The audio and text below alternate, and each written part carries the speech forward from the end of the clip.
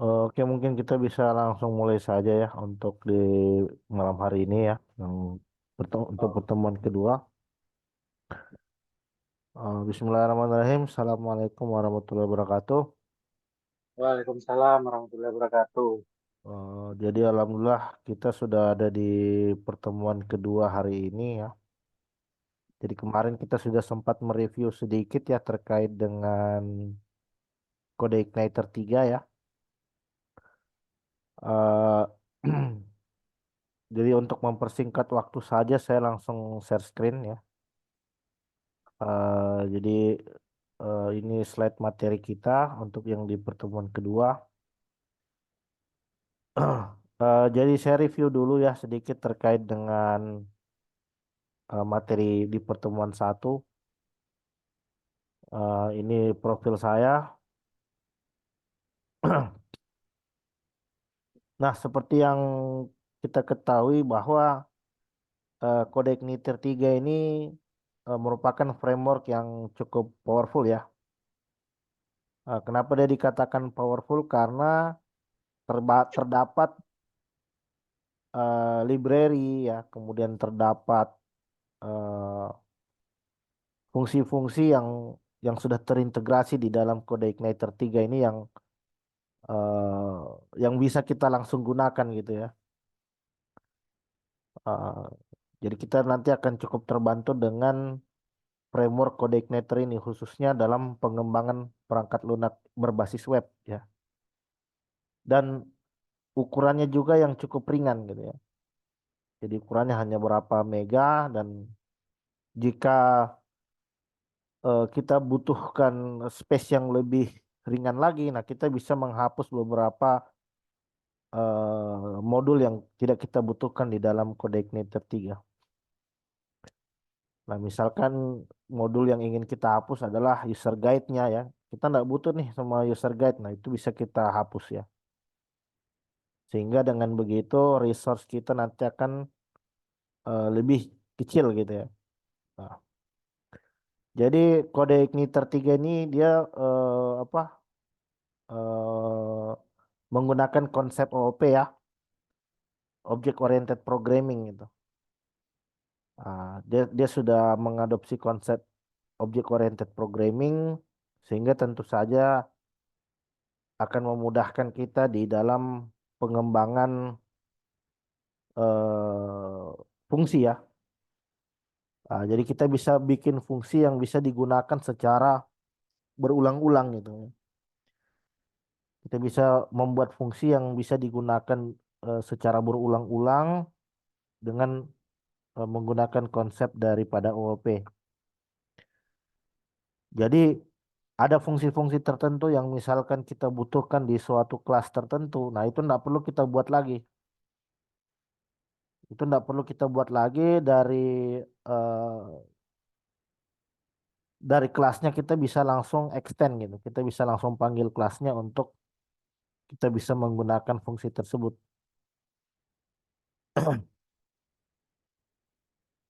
Nah, kemudian MVC kode Igniter 3 ini dia sudah mendukung MVC ya, model view controller. eh, ini akan saya jelaskan di slide berikutnya ya. Jadi kode Igniter 3 ini adalah salah satu framework kode Igniter yang stabil ya. Jadi selain Anda bisa menggunakan versi 3, Anda juga bisa menggunakan yang versi 4 ini enggak jauh berbeda gitu ya antara yang versi 3 dan versi 4. Nah, ini adalah beberapa fitur yang terdapat di dalam kode Igniter 3. Jadi kode Igniter 3 ini dia ringan, cepat karena ukurannya yang kecil, terus dilengkapi juga dengan dokumentasi. Jadi untuk menggunakan kode Igniter 3 ini sebenarnya kita hanya perlu memahami konsep dasar PHP dan sedikit pengetahuan terkait OOP ya. Jadi cuman itu saja sih sebenarnya bekal untuk menggunakan kode Igniter 3 ini. Jadi tetap harus ada basic ya, tetap harus ada fundamental gitu, khususnya fundamental tentang penggunaan HTML, PHP, CSS ya. Selebihnya ketika kita sudah paham, nah, kita bisa dengan menggunakan bantuan kode Igniter 3 ini untuk mempercepat daripada proses pengembangan perangkat lunak gitu ya.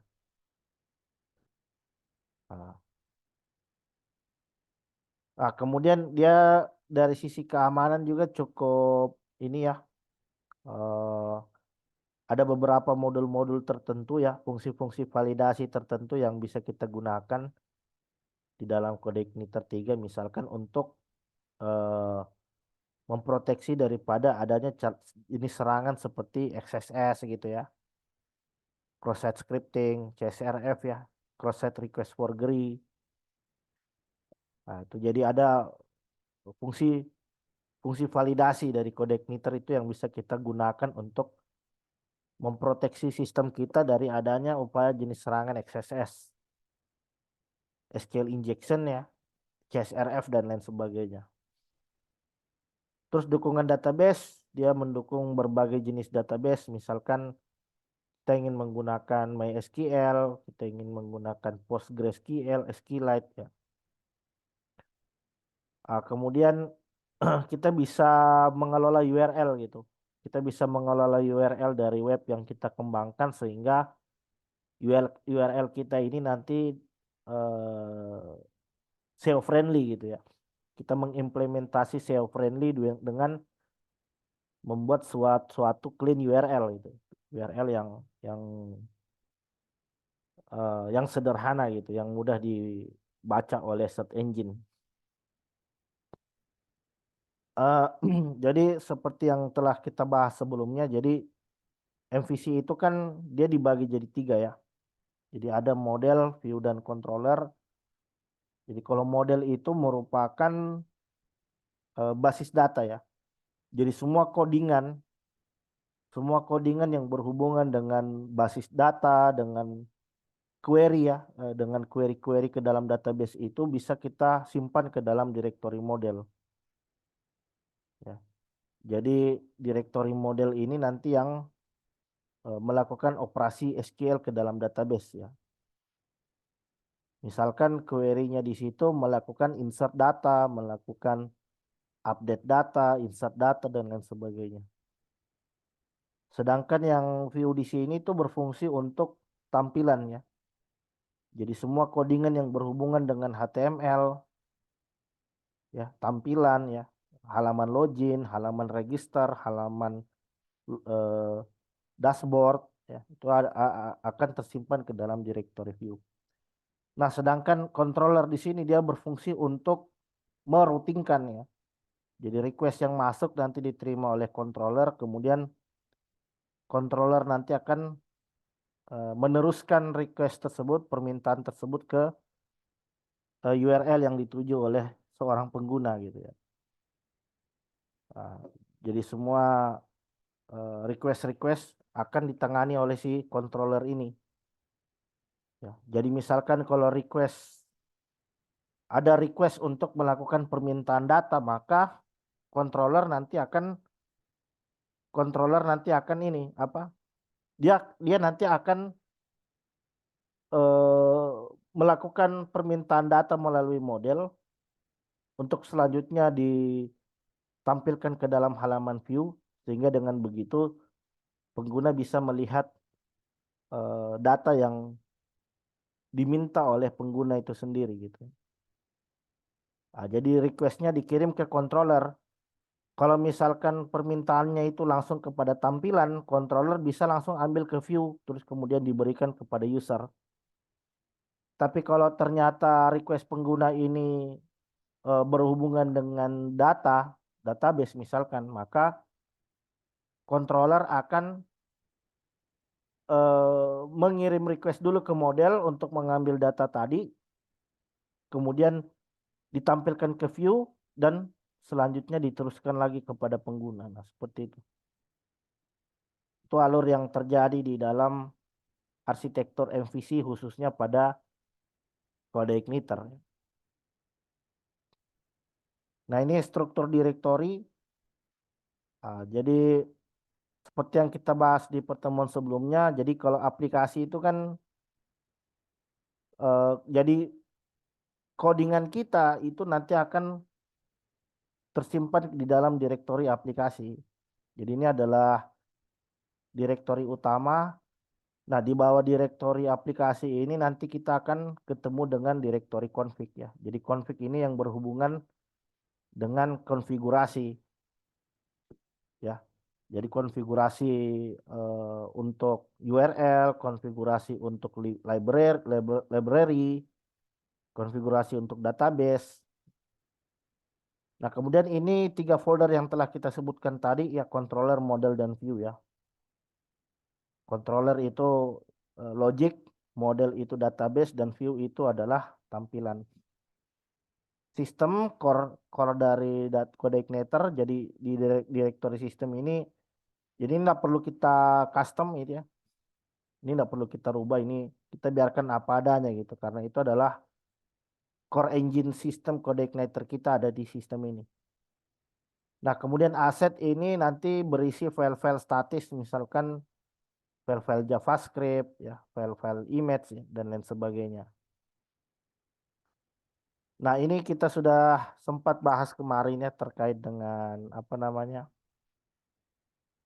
cara instalasi dari CodeIgniter. Jadi kita download dulu CodeIgniternya, kita ekstrak, terus kita simpan ke dalam direktori htdocs ya. Kita simpan ke direktori htdocs, terus kita sesuaikan config-nya ya. Kita sesuaikan config-nya dalam hal ini adalah base URL-nya, begitupun juga dengan database-nya gitu. Jadi kalau uh, jadi mungkin saya bisa ulangi saja ya. Jadi project kita kan kemarin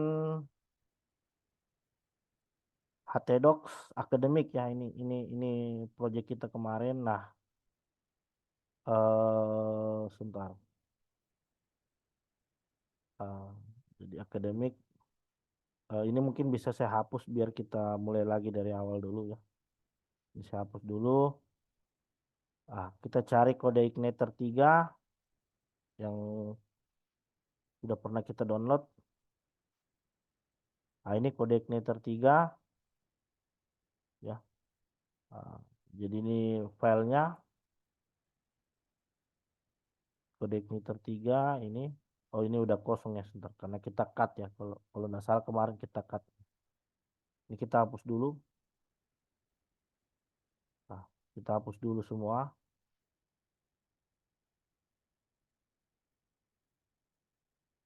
Ini kita hapus. Oke. Nah, jadi kita ekstrak dulu. Jadi ini setelah kita download kita ekstrak seperti ini ya, klik kanan. Terus ekstrak tuh ya, ekstrak file ya. Ekstrak file kemana? Ekstrak file ke direktori dari SAM, htdocs, akademik. Nah, di sini kita oke. Nah, dia akan mengekstrak source code kode igniter ke dalam direktori htdocs. Nah, di sini. Sorry. SAM, htdocs, akademik, kode igniter gini ya. Nah, jadi ini bisa kita keluarkan saja. Kita keluarkan dari direktori kode igniter. Terus kode igniternya udah bisa kita hapus. Nah, ini. Nah, ini kalau kita coba akses seperti ini jadinya. Kalau saya coba akses localhost/academic, nah, kita tunggu dulu. Nah, maka dia akan menampilkan seperti ini ya. Nah, jadi eh,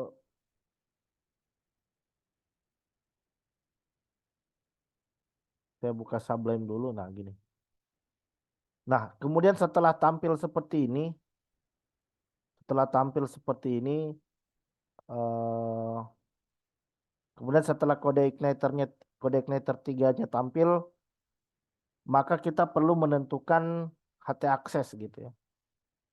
Jadi kita buat clean URL dengan menggunakan bantuan dari HT access. Nah, kita akan menggunakan kita buat clean URL dengan menggunakan bantuan dari HT access gitu ya. Jadi kenapa sih harus dibuat clean URL? Karena kan aslinya dia seperti ini ya. Indeks PHP slash welcome slash index. Nah, seperti ini. Nah, jadi jadi URL yang sebenarnya, jadi URL dari kode igniter kan seperti ini ya. Jadi panjang sekali gitu ya. Jadi cukup panjang gitu. Jadi jadi ini yang kita sebut dengan base URL. Ini base URL ya. Ini base URL kita. Base URL kita itu kan dimulai dari HTTP localhost academic ya. Terus kemudian ini adalah file index.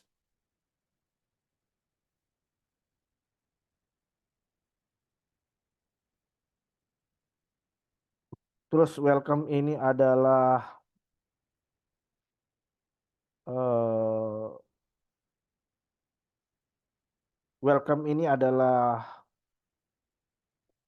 ini ya. Kalau kita lihat kemarin welcome ini adalah file file welcome ya. Nih, saya panggil dulu. Ini bisa saya close dulu ini semua. Bentar. Kita buat file baru. Local disk C, SAM, htdocs, academic. Nah, ini. Jadi seperti ini. Jadi kita lihat aplikasi, controller. Nah, ini kan ini. Ah, jadi setelah indeks, jadi dia akses indeks dulu. Dia akses indeks dulu, baru ke controller. Nah, ini kan ada welcome PHP ya, controller controller welcome fungsi indeks gitu ya. Nah, jadi kita mau sederhanakan gitu. Kita ingin menyederhanakan URL-nya.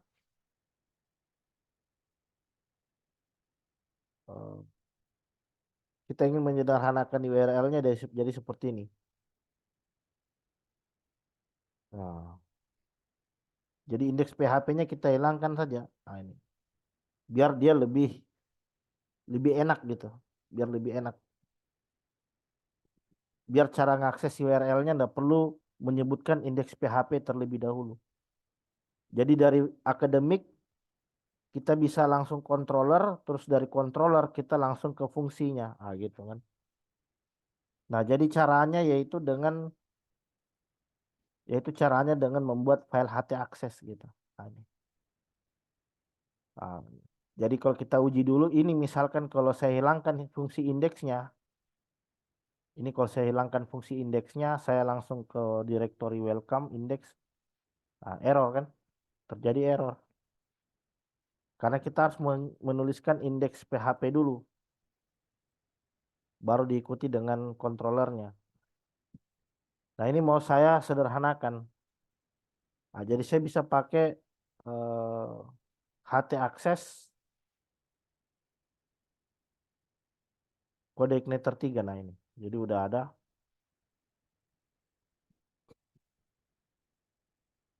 Kita lihat. Ini. Kita bisa copy file ini. Kemudian di sini di direktory utama ini kita bisa buat file HT accessnya. Ini. Ya. Jadi saya tinggal new. Sebentar. Saya klik kanan, new, teks dokumen. Saya kasih tanda titik. Ini titik ini artinya file hidden ya. HT access gitu. Dot HT access. Nah, ini dot HT access. Kemudian saya tinggal edit untuk isinya. Indeks isinya seperti ini. Nah, kemudian saya save. Nah, jadi kita sudah menerapkan clean URL sekarang. Jadi seharusnya kalau di sini jadi ini seharusnya kalau saya hilangkan index.php-nya, saya enter, tuh tetap jadi tetap menampilkan halaman yang kita tuju. Jadi ini sudah clean URL sekarang. Kita sudah mengkonfigurasi untuk clean URL-nya. Ini untuk ini adalah untuk controller ya. Jadi seperti ini isi dari controller, model ya dan lain sebagainya gitu.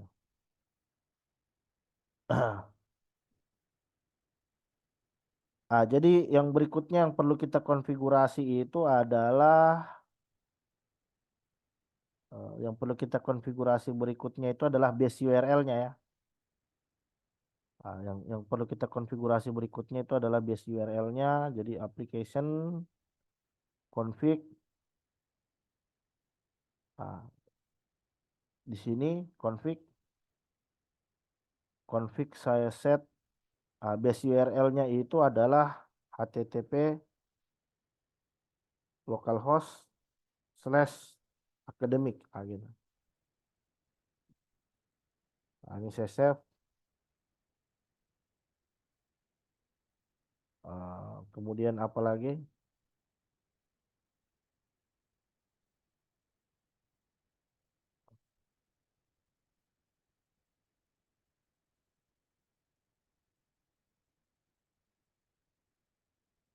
Nah, ini untuk default root-nya.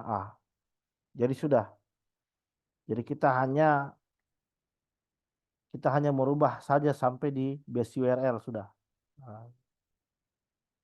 Nah, jadi sampai di sini kita sudah buat. Sekarang kita mulai coding. Kita mulai coding. Ini bisa saya hapus biar uh, nah, misalkan begini. Misalkan saya ingin membuat fungsi mahasiswa gitu. Jadi ini saya bisa buat new. Ini saya save dulu. Anggaplah ini adalah controller mahasiswa. Mahasiswa. Terus ini saya hapus. Ini saya copy terus saya paste ke mahasiswa. Di sini saya tinggal menyesuaikan kelas mahasiswa extend CI controller ya. Jadi kan dia kan extend dari kelas CI controller ya. Nah, kemudian di sini kita akan panggil untuk view-nya ya, untuk halamannya. Anggaplah namanya adalah mahasiswa, kelas mahasiswa gitu ya. View mahasiswa, sorry. Kita buat view mahasiswa. Terus di sini, berarti di view sekarang kita tinggal bikin, kita new, saya save dengan nama view mahasiswa. Jadi di sini saya bisa buat file PHP-nya. Saya bisa buat file HTML-nya.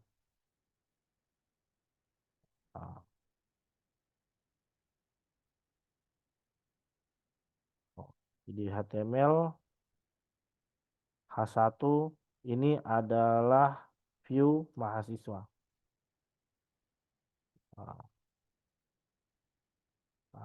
Seperti itu. Saya coba mahasiswa cari name dulu. View mahasiswa.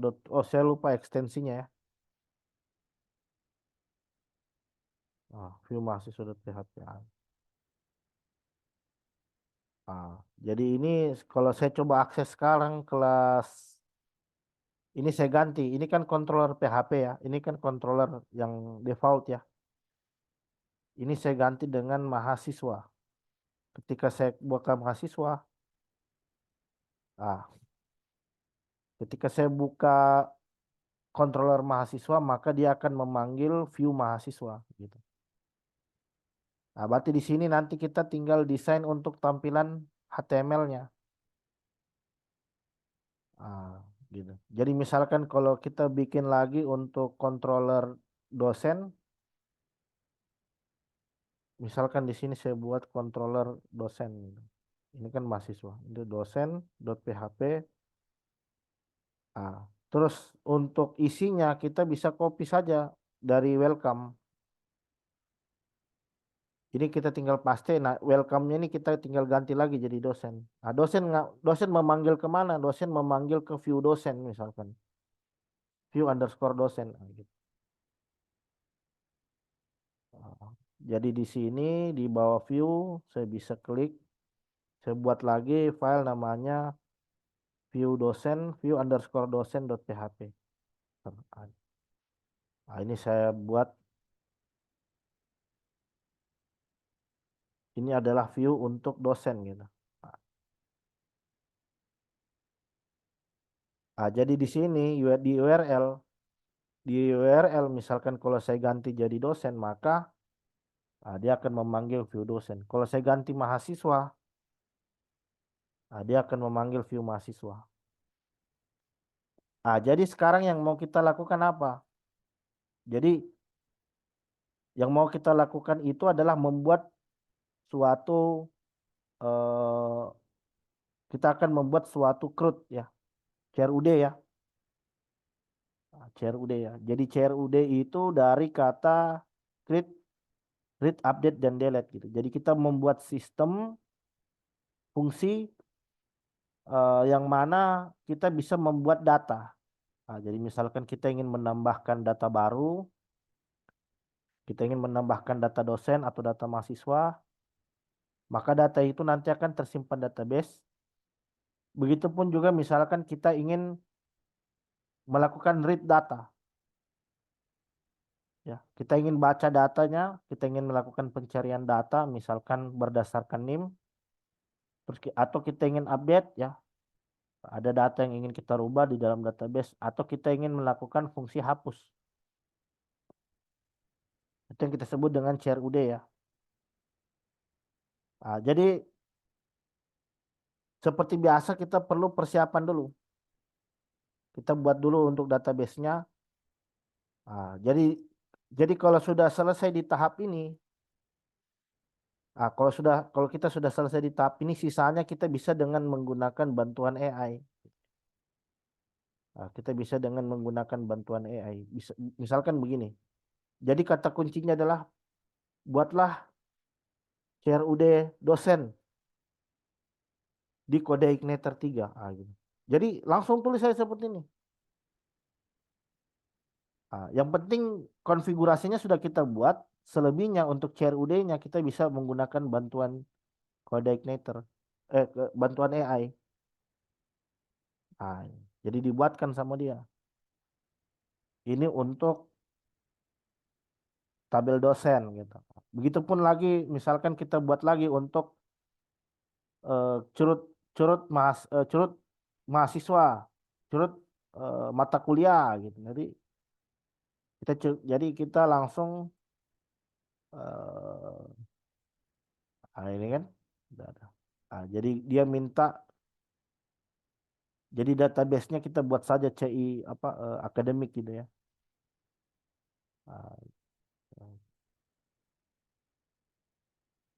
Ah, jadi kita minta perbaiki ini stop aja. Kita minta perbaiki dengan nama database.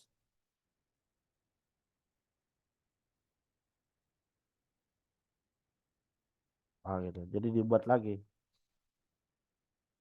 Karena kan database kita akademik gitu kan. Kalau kalau seperti ini kan dia langsung database-nya CI curut dosen gitu kan. Jadi kita mau bikin yang lebih general lagi. Karena di dalam uh, database akademik itu nanti ada salah satunya adalah tabel dosen, ada tabel mahasiswa dan lain sebagainya gitu. Gitu ya. Ini. Ah, Jadi kita bisa buat PHP My Admin. Kita bisa buat PHP My Admin.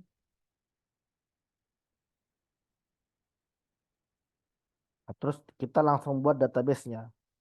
Database-nya yaitu akademik. Nah, jadi dia loading dulu.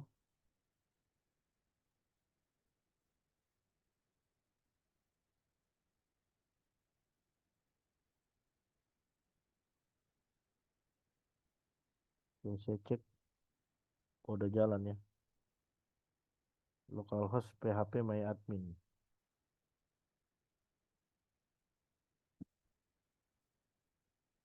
Oh, saya bisa di sini. HTTP localhost PHP My Admin. Oke. Oh, udah terbuka nih. Ada, udah terbuka. Oke. Nah, di sini, ouch. Ah,